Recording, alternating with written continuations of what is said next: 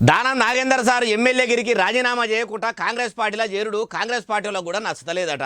ఆయన మీద కోర్టులో కేసు కూడా వేసిరట. ఎంతోమంది ఎమ్మెల్యేలు గెలిచినాక కూడా పార్టీలు మారినరు.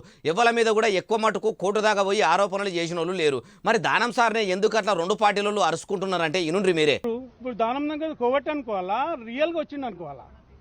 దానం నాగేందర్ గారు రియల్ గా కాంగ్రెస్ పార్టీకి వచ్చినట్టయితే ఒకరికి పుట్టిన బిడ్డను ఒకరు ముద్దాడుతున్నట్టు ఉన్నది.